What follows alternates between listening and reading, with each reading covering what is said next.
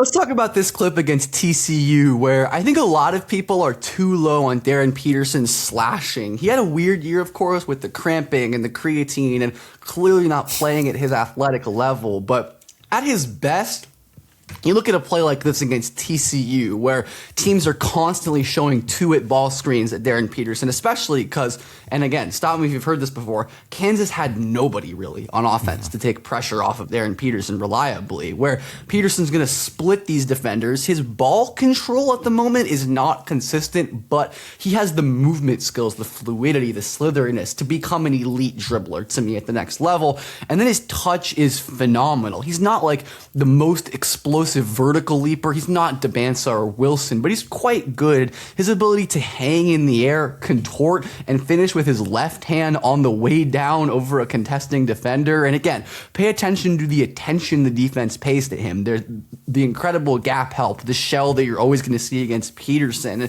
While I thought about including the three-point shooting clip since that's kind of the thing with him, I think it's more fun to break down a clip like this. And we can talk about Peterson shooting a little bit more, but yeah, and I think the thing that stands out to me about this clip, obviously you get the pick and roll splits, which is really, really nifty, but the way he moves the ball as he's finishing, kind of like a Dylan Harper-esque thing, right? And obviously we both love us some Dylan Harper, so I think that stands out to me immediately. It's crazy, like, because I know he's like 6 foot, a little bit shorter than 6'5", but he looks so much bigger out there. I guess it's against college players, but I think maybe it's just because he's so a huge nimble. Dude. I mean. Okay. He is 6'4.5" barefoot with a 6'10" wingspan. Like he is a very large human being, and I think that helps him on the defensive. Like he, to me, in college, in high school rather, was the best defensive player in the country, bar none.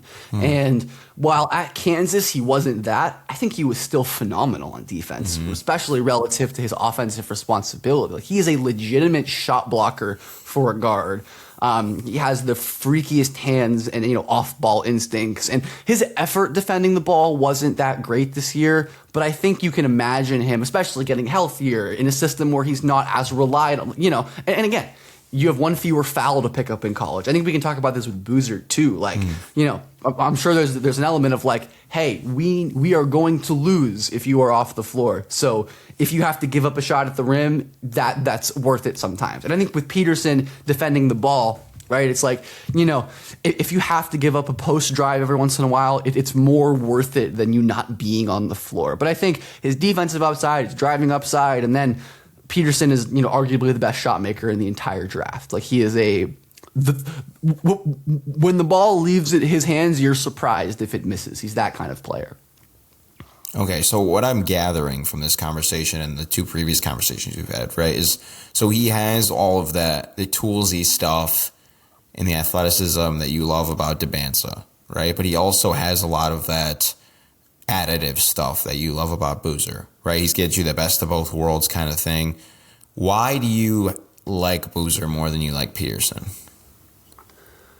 Because I'm a coward and Boozer didn't have weird injury stuff this year. That's truly so how the main weird is reason this injury stuff? One. It is weird to me. I mean, I think beyond the weirdness and like the total like the cramps that led to his body totally locking up, and I think in whatever way it manifested, it was very clear to me that he was not playing at 100% athletically in terms of burst and flexibility, most notably to me, like his ability to turn the corner on pick and roll. And it's something that I'm pretty confident he'll get back to. Like he did not have this problem at all at the highest level of high school competitions. And in certain games, like the TCU game, he didn't have this problem either. But I think, when you're not playing as much, when you're not in the rhythm in terms of your conditioning, your on-court stuff, there's just a lot of weirdness involved.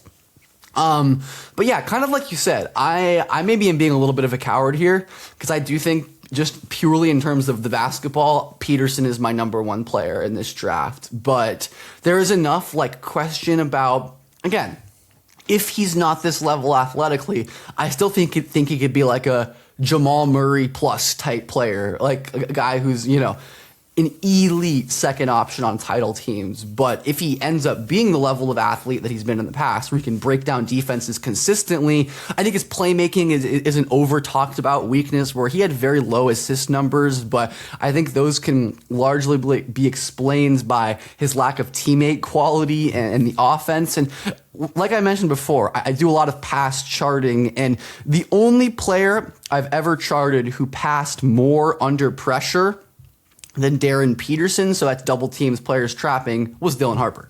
So I think another similarity there, and I think once you see him in a situation in the league, whether it's Washington or Utah or Memphis or wherever, where there's more viable options, people I think are going to be surprised by his ability as a playmaker. But yeah, I mean, if you could guarantee me today that we'd get the Darryn Peterson athletically that we have seen at his peak, I'd have him one with a bullet.